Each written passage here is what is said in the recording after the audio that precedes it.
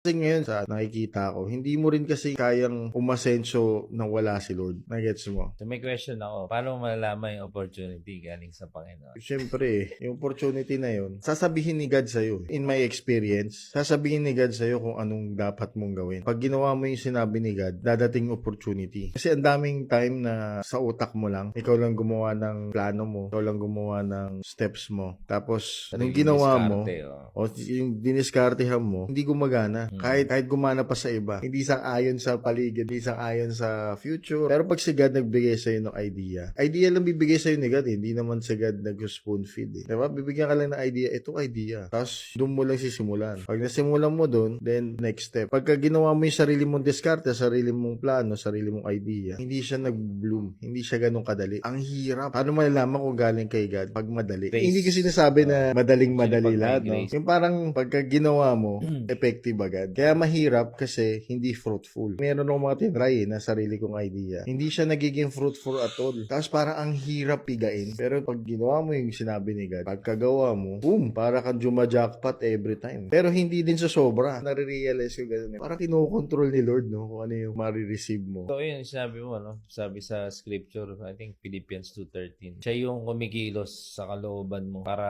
gustuhin at bigyan ka ng kapangyarihan na magawa yung tama.